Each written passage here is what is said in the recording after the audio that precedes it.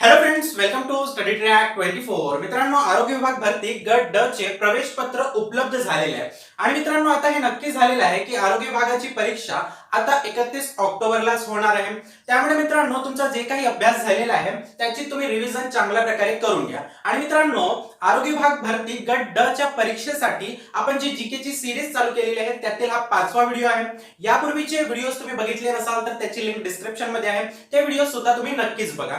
तर मित्रांनो, या व्हिडिओ सिरीज मध्ये आपण आरोग्य विभाग भरतीसाठी 7 दिवसांमध्ये जे काही महत्त्वपूर्ण जीकेचे टॉपिक्स आहेत त्याचं रिव्हिजन आपण या व्हिडिओज मध्ये करत आहोत. तर हे व्हिडिओज तुम्ही पूर्ण नक्की बघा आणि चॅनलवर नवीन असाल तर चॅनलला सबस्क्राइब करून घ्या. तर चला मित्रांनो, आजच्या आपल्या टॉपिक कडे आपण वळूया.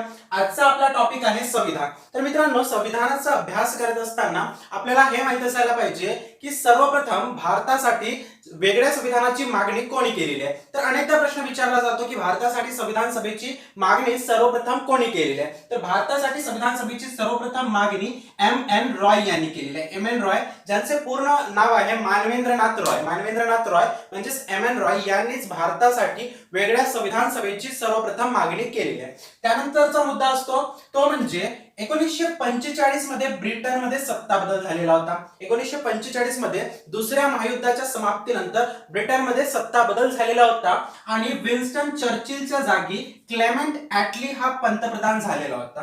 तर बघा, पंतप्रधान तिथला बदलला होता. त्यानंतर काय झालं, पंतप्रधान बदलल्यानंतर या ॲटलीने, क्लेमेंट ॲटलीने भारताला स्वातंत्र्य देण्याची घोषणा केलेली होती. तर बघा, सर्वप्रथम तुम्हाला कोणता मुद्दा लक्षात ठेवायचा आहे तो म्हणजे भारतासाठी सर्वप्रथम संविधान सभेची मागणी कोणी केली, तर त्या व्यक्तीचे नाव आहे मानवेंद्रनाथ रॉय. त्यानंतर बघा, 1945 मध्ये दुसऱ्या महायुद्धाच्या समाप्तीनंतर ब्रिटनमध्ये सत्ता बदल होऊन विन्स्टन चर्चिलच्या जागी क्लेमेंट ॲटली हे पंतप्रधान झाले आणि क्लेमेंट ॲटली यांनी पंतप्रधान झाल्याबरोबर भारतात स्वातंत्र्य देण्याची घोषणा केली. त्यानंतर बघा, क्लेमेंट ॲटली यांनी त्यांच्या मंत्रिमंडळातील 3 सदस्यांची एक समिती भारतामध्ये पाठवली. त्या समितीलाच आपण त्रिमंत्री योजना असे म्हणतो किंवा यालाच दुसरे नाव आहे कॅबिनेट मिशन. तर लक्षात ठेवा मित्रांनो, क्लेमेंट ॲटली या पंतप्रधानाने त्यांच्या मंत्रिमंडळातील 3 मंत्र्यांची जी समिती भारतामध्ये पाठवली त्या समितीला त्रिमंत्री योजना किंवा कॅबिनेट मिशन या नावाने ओळखले जाते. तर मित्रांनो, अनेकदा प्रश्न विचारले जातात की यापैकी कोण त्रिमंत्री योजनेचे सदस्य नव्हते. 4 ऑप्शन्स दिलेले असतात, त्यापैकी एक ऑप्शन चुकीचा असतो आणि या 3 व्यक्तींची नावे दिली जाते. तर बघा, प्रश्न कसा असतो, यापैकी कोण त्रिमंत्री योजनेचा किंवा कॅबिनेट मिशनचा सदस्य नव्हता. तर कोण कोण सदस्य होते मग? पॅथिक लॉरेन्स, स्टॅफर्ड क्रिप्स आणि ॲवी अलेक्झांडर हे 3 मंत्री त्रिमंत्री योजनेचे म्हणजे कॅबिनेट मिशनचे सदस्य होते. मग या मंत्र्यांनी या कॅबिनेट मिशन योजनेने काय केलं, तर या कॅबिनेट मिशन योजनेने 1946 मध्ये निवडणुका घेण्याची शिफारस केली. म्हणजे संविधान सभेची निवडणुका घेण्याची शिफारस जी आहे ती कोणत्या समितीने केलेली आहे असा प्रश्न जर विचारला गेला तर त्या प्रश्नाचं उत्तर काय येईल? त्रिमंत्री योजना किंवा कॅबिनेट मिशनच्या शिफारसीनुसारच 1946 ची निवडणूक घेण्यात आली आणि त्यानुसार संविधान सभेची स्थापना करण्यात आलेली आहे. तर अनेकदा प्रश्न विचारला जातो की संविधान सभेची स्थापना कोणत्या समितीच्या शिफारसीनुसार करण्यात आली, तर कॅबिनेट मिशन समितीच्या शिफारसीनुसार. त्यानंतर बघा मित्रांनो, 1946 मध्ये निवडणुका जी आहेत ते पार पडल्या आणि त्याच्यानंतर संविधान सभेची जी कारवाई आहे ती सुरू झाली. तर बघा, संविधान सभेची कारवाई त्याबद्दल सुद्धा अनेकदा प्रश्न विचारले जातात की संविधान सभेची पहिली बैठक केव्हा झाली. तर मित्रांनो, लक्षात ठेवा, संविधान सभेची पहिली बैठक 9 डिसेंबर 1946 या दिवशी झाली. त्यानंतर बघा, प्रश्न विचारला जातो की संविधान सभेचे हंगामी अध्यक्ष कोण होते किंवा संविधान सभेच्या पहिल्या बैठकीचे अध्यक्ष कोण होते. तर संविधान सभेचे हंगामी अध्यक्ष म्हणजेच पहिल्या बैठकीचे अध्यक्ष होते डॉक्टर सच्चिदानंद सिन्हा. डॉक्टर सच्चिदानंद सिन्हा हे संविधान सभेच्या पहिल्या बैठकीचे अध्यक्ष म्हणजेच हंगामी अध्यक्ष होते. त्यानंतर बघा, 11 डिसेंबर 1946 रोजी संविधान सभेची दुसरी सभा घेण्यात आली आणि या दुसऱ्या बैठकीमध्ये संविधान सभेला एक परमनंट अध्यक्ष मिळाला. परमनंट म्हणजे एक स्थायी अध्यक्ष मिळाला आणि त्या व्यक्तीचे नाव आहे डॉक्टर राजेंद्र प्रसाद.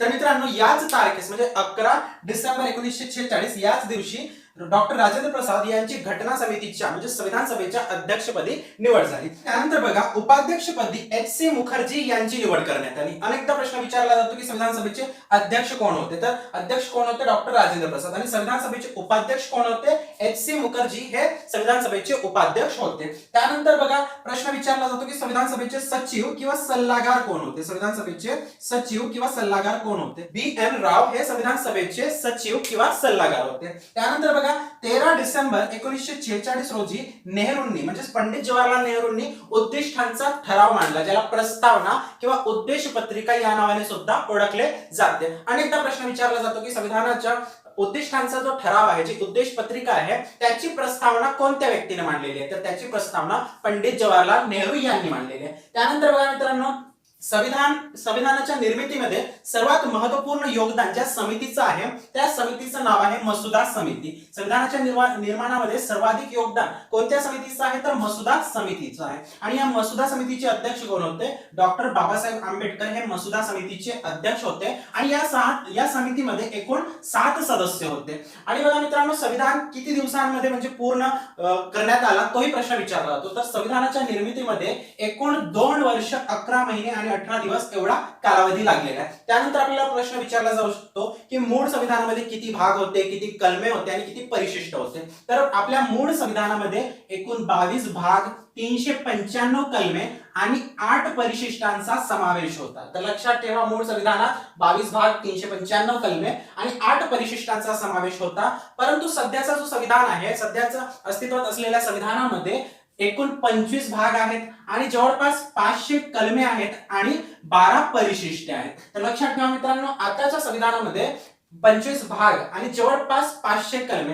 कारण की बघा नेहमीच नवीन कायदे येत असतात, तर हे जे कलमांची संख्या आहे ती एक्झॅक्ट नाही, ते म्हणजे कलमांची संख्या कमी जास्त होत असते. त्यामुळेच आपण लक्षात ठेवूया की जवळपास म्हणजे 450 ते 500 कलमे असतील. परंतु भाग निश्चितपणे आपण सांगू शकतो की सध्या 25 भाग आहेत आणि परिशिष्टांची संख्या सध्या 12 आहे. आणि पूर्वी भाग किती होते, मूळ संविधानात 22 भाग होते, 395 कलमे होते आणि परिशिष्टे किती होते, तर 8 परिशिष्टे होते.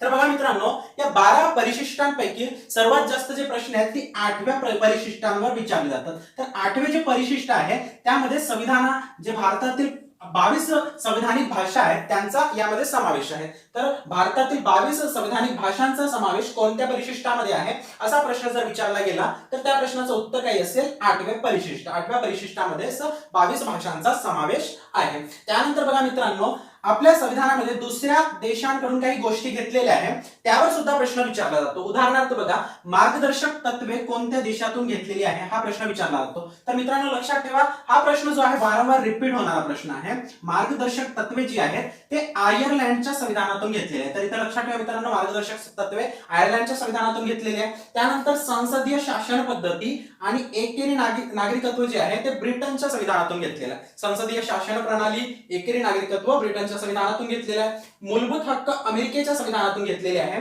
मूलभूत कर्तव्य जी आहे ती रशियाच्या संविधानातून घेतलेले आहे. परंतु बघा मित्रांनो, भारताच्या मूळ संविधानामध्ये मूलभूत कर्तव्यांचा समावेश नव्हता. नंतर सरदार स्वर्णसिंग समितीच्या शिफारसीनुसार 42व्या घटना दुरुस्तीने भारताच्या संविधानामध्ये मूलभूत कर्तव्यांचा समावेश करण्यात आलेला आहे. त्यानंतर बघा मित्रांनो, घटना दुरुस्तीची जी पद्धत आहे आपण दक्षिण आफ्रिकेच्या संविधानातून घेतलेली आहे. तर हे सगळ्या गोष्टी तुम्हाला इथे लक्षात ठेवायचं आहे की मार्गदर्शक तत्वे आयर्लंडच्या संविधानातून, संसदीय शासन व एकेरी नागरिकत्व ब्रिटनच्या संविधानातून, मूलभूत हक्क अमेरिकेच्या संविधानातून, मूलभूत कर्तव्य ही रशियाच्या संविधानातून, तर घटना दुरुस्तीची जी पद्धत आहे ती दक्षिण आफ्रिकेच्या संविधानातून आपल्या संविधानामध्ये घेण्यात आलेली आहे. त्यानंतर बघा मित्रांनो, आपल्याला काही महत्त्वपूर्ण कलमे आहेत जी वारंवार विचारली जातात, ती सुद्धा आपल्याला इथे लक्षात ठेवायची आहे. तर बघा मित्रांनो, कलम 14 मध्ये काय सांगितलेलं आहे, कायद्यापुढे समानता सांगितलेली आहे. कलम 14 मध्ये कायद्यापुढे समानता सांगितलेली आहे. कलम 15 मध्ये भेदभावास प्रतिबंध सांगितलेला आहे. कलम 16 मध्ये नोकऱ्यांमध्ये समान संधी सांगितलेली आहे आणि कलम 17 मध्ये अस्पृश्यता समाप्ती सांगितलेली आहे. हा कलम सर्वात महत्त्वपूर्ण आहे. या कलमावर वारंवार प्रश्न विचारले जातात की अस्पृश्यता समाप्ती ही कोणत्या कलमानुसार झालेली आहे. तर कलम 17 नुसार अस्पृश्यता समाप्ती झालेली आहे. त्याच्यानंतर बघा मित्रांनो, कलम 18 नुसार पदव्यांची समाप्ती झालेली आहे. कलम 18 नुसार जे पदव्या होत्या बघा, बादशाह, राय बहादूर, राजा, महाराजा अशा ज्या पदव्या आहेत त्यांची समाप्ती कलम 18 नुसार झालेली आहे. परंतु भारतरत्न, पद्मश्री, पद्मविभूषण, पद्मभूषण यासारखे जे पुरस्कार आहेत ते कोणत्या कलमानुसार देण्यात येतात असा प्रश्न जर विचारला गेला तर त्या प्रश्नाचं उत्तर असेल कलम 18. तर भारतरत्न आणि जे पद्म पुरस्कार आहे ते कलम 18 नुसारच देण्यात येतात आणि कलम 18 नुसारच पदव्यांची समाप्ती झालेली आहे. त्यानंतर बघा मित्रांनो, कलम 21 अ मध्ये प्राथमिक शिक्षणाचा अधिकार सांगितलेला आहे. कलम 21 अ मध्ये प्राथमिक शिक्षणाचा अधिकार सांगितलेला आहे. आणि कलम 24 मध्ये 14 वर्षाखालील बालकांना धोकादायक ठिकाणी कामावर ठेवण्यास प्रतिबंध सांगितलेला आहे. कलम 24 सुद्धा महत्वाचा आहे. 14 वर्षाखालील बालकांना कामावर, धोकादायक ठिकाणी कामावर ठेवण्यास प्रतिबंध सांगितलेला आहे. त्यानंतर बघा मित्रांनो, अजून एक महत्वाचा कलम तो म्हणजे कलम 32. कलम 32 कोणता आहे? घटनात्मक उपाययोजनेचा अधिकार आहे. आणि हा कलम अत्यंत महत्वाचा आहे कारण की डॉक्टर बाबासाहेब आंबेडकरांच्या मते या कलमाशिवाय घटना निरर्थक ठरली असते. डॉक्टर आंबेडकरांनी म्हटलेलं आहे कलम 32 जर संविधानात नसतं तर आपलं संविधान निरर्थक ठरलं असतं. आणि डॉक्टर आंबेडकरांनी कलम 32 ला भारतीय घटनेचा प्राण म्हटलेला आहे. त्यांनी कलम 32 ला काय म्हटलेलं आहे? भारतीय घटनेचा प्राण म्हटलेला आहे. आणि एकदा प्रश्न विचारला जातो की डॉक्टर आंबेडकरांनी कोणत्या कलमाला भारतीय घटनेचा प्राण म्हटलेला आहे? तर त्यांनी घटनात्मक उपाययोजनेच्या अधिकाराला म्हणजे कलम 32 ला भारतीय घटनेचा प्राण म्हटलेला आहे. त्याच्यानंतरचा कलम आहे महत्वाचा कलम 40. कलम 40 नुसार ग्रामपंचायतींची स्थापना करण्यात येते. हा कलम सुद्धा अत्यंत महत्वाचा आहे. अनेकदा प्रश्न विचारला जातो की कोणत्या कलमानुसार ग्रामपंचायतींची स्थापना करण्यात येते? तर कलम 40 नुसार ग्रामपंचायतींची स्थापना करण्यात येते. तर यानंतर मित्रांनो, कलम 44 मध्ये समान नागरी कायदा सांगितलेला आहे. अनेकदा प्रश्न विचारला जातो की कोणत्या कलमामध्ये समान नागरिक कायद्याची तरतूद केलेली आहे? तर त्या प्रश्नाचं उत्तर काय असणार आहे? कलम 44. तर अशा पद्धतीने मित्रांनो तुम्हाला संविधान सभेविषयीची ही माहिती लक्षात ठेवायची आहे. आणि जे महत्त्वपूर्ण कलमे आहेत, कोणकोणता भाग विविध देशांकडून घेतलेला आहे या गोष्टी सुद्धा तुम्हाला लक्षात ठेवायच्या आहे. आणि मित्रांनो, अशा पद्धतीने हा व्हिडिओ जर तुम्हाला आवडल्यास व्हिडिओला लाईक, शेअर आणि कमेंट करा. तसेच चॅनलला सबस्क्राईब करायला विसरू नका. धन्यवाद.